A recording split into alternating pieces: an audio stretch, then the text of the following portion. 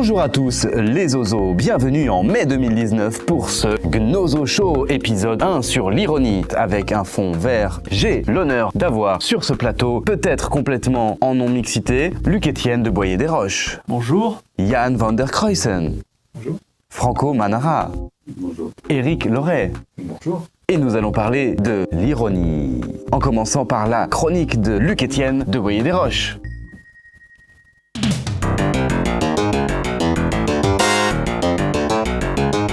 Avec la lessive Miracle, vous savez vraiment ce qui se passe dans votre lave-linge. Miracle, la lessive plus que parfaite.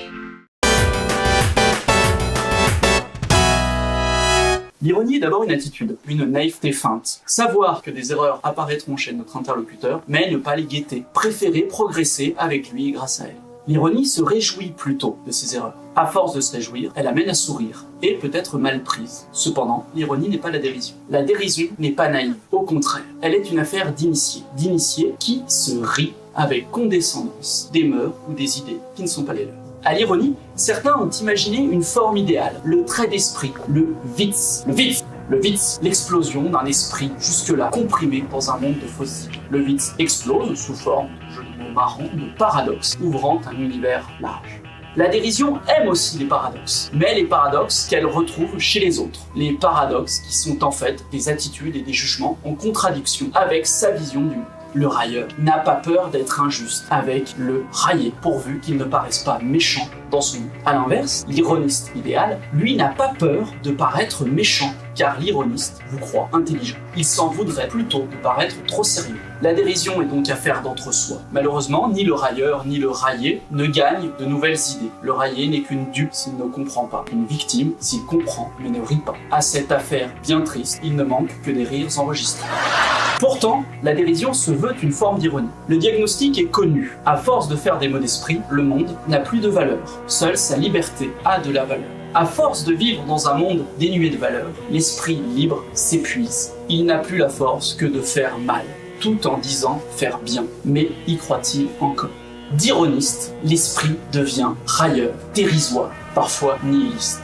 À ce point, nous serions tentés de juger nos contemporains, d'oublier l'ironiste face à l'esprit railleur comme des idéaux et de vouloir retrouver des personnes. À ce point, nous deviendrions nous-mêmes dérisoires. C'est pourquoi il vaut mieux se taire et lire, n'est-ce pas ? Le but de l'ironie n'était pas de nous laisser macérer dans le vinaigre des sarcasmes, ni, ayant massacré tous les fantoches, d'en dresser un autre à la place, mais de restaurer ce sans quoi l'ironie ne serait même pas ironique, un esprit innocent et un cœur inspiré. Vladimir Yankelevitch. Étonnant, non ?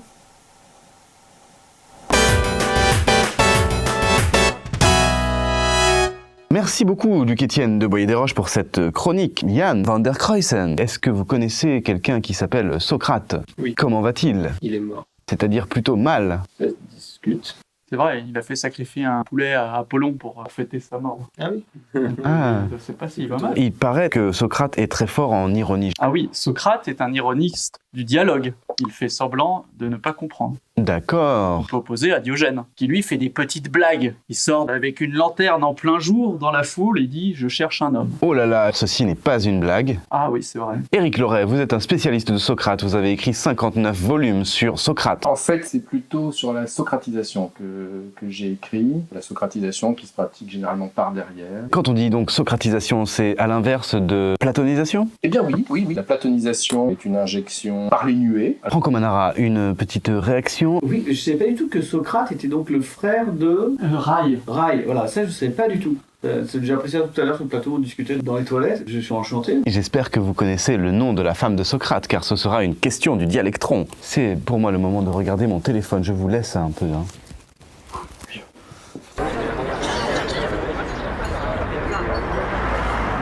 L'oxygène de source Courfèvre. C'est comme si vous y étiez.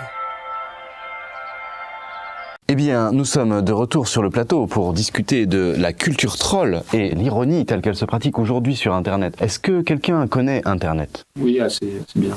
Ah oui, la culture troll, comment la définiriez-vous? Définiriez-vous? J'aimerais qu'on l'explique. Qu'on l'extermine. C'est méchant, non? Hitler. Le point Godwin. Et en fait, puisqu'on est en mai, Oui, il y a 3 mois, il y a eu une journée de contre-ironie sur Internet. sur Internet. Dans Internet. Et dans quelle partie D'Internet Oui. Le but, ils essayaient de gagner du terrain sur Internet, quoi. Et c'est prendrait quelle forme, cette contre-ironie? Ça prend une forme assez compliquée, car il y a une sorte d'enjeu un peu méta, c'est-à-dire il y a des gens qui font de la contre-ironie à la contre-ironie, et ainsi de suite, on ne sait jamais finalement où se situe la définition d'arrêt. D'autant que selon le public, c'est de l'ironie et de la contre-ironie. Et là, c'est le lien de la récursivité avec l'ordre du monde, c'est-à-dire les strates kabbalistiques plus ou moins... Moins étanche. Et puis séparées ou pas. Plus sophistiqué. D'accord. Non, mais c'est pas drôle de faire l'ironie sur des trucs qui existent pour de vrai. Qu'est-ce que vous regardez là? Ouais, il y a le rapport même entre les trolls et l'ironie. On dirait que le troll se présente comme un ironiste. Si le point commun entre toutes les définitions de l'ironie, c'est de se dégager de ce qu'on dit ou de ce qu'on perçoit, le troll, il fait exprès d'adopter un certain point de vue qui n'est pas forcément sien. Éric Loret? Moi, je pense à l'exemple du troll de tram, qui, par sa posture non ergonomique, montre que le tram ne fonctionne pas comme il devrait, en fait. Le troll, effectivement, est une forme d'ironie, mais qui n'est pas perçue comme telle en général, puisque le public auquel il s'adresse n'a pas conscience, en fait, qu'il dit le faux pour prêcher le vrai. Le problème de l'ironie, c'est quand même la complicité. C'est un petit peu comme entre la mère et son enfant. Il y a quelque chose de nombriliste. Après, le troll, c'est un peu comme un bouchon muqueux coincé dans un quelconque orifice et qui retient aussi toute l'humeur climatique de ce moment. Qui joue le méchant parce qu'il y a de la méchanceté. Qui libère parfois cette infection en craquant. Le bouchon cède, l'humeur s'écoule. Ça nous pose un problème éthique. C'est hygiénique. Quand on essaie d'être au second degré, par exemple, avec quelqu'un qui est au second degré, c'est difficile. Je sais pas si vous avez remarqué ça, il y a des gens qui disent « Oh, moi, quand je parle, c'est toujours au 100e degré ». En réalité, il y a peut-être un truc un peu cyclique qui fait que ces personnes-là se retrouvent au premier.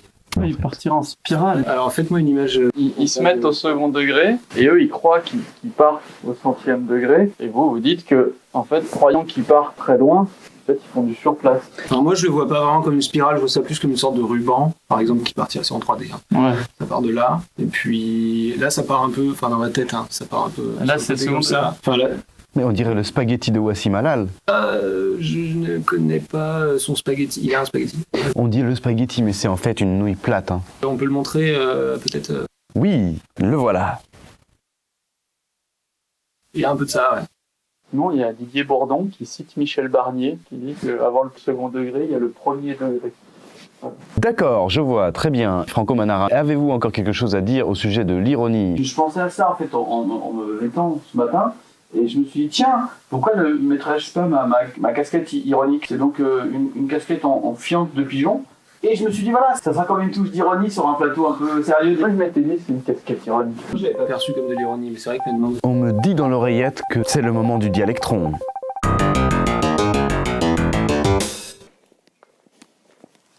Allez, venez. Bienvenue dans notre labo de Chicken Studies. Donc maintenant, je vais vous montrer la maison de nos poules. Entrez, venez. Viens, Noula, viens te montrer, te présenter. Noula. J'ai mis un miroir pour que les poules se regardent et s'inspirent quand elles font leur tableau. Un petit tableau fait par nos 4 poules. Ça, c'est le plus petit qu'on a. Après, on a une deuxième qui est encore un peu fraîche. On a également posé ici des tableaux à côté de leur nid pour qu'elles puissent également créer dans la nuit. Là, on voit bien que les poules préfèrent créer dans la journée que la nuit parce qu'il n'y en a pas beaucoup. Oui, là, par exemple, moi, je vois un visage. Là, il y a on dirait un petit poussin sans tête. Donc là, c'est un peu plus grand. Là, ça a coulé un peu. Ça, c'est le plus grand tableau qu'on a. C'est quand même très compliqué. Il y a de la paille dessus qui s'est collée et des cacas qui se sont pas déformés. Donc là, je donne un peu de fromage de chèvre à mon petit dinosaure. Parce que vous savez que les ancêtres des poules, c'est les dinosaures. Elle voulait pas être un haricot, elle voulait avoir aussi sa place.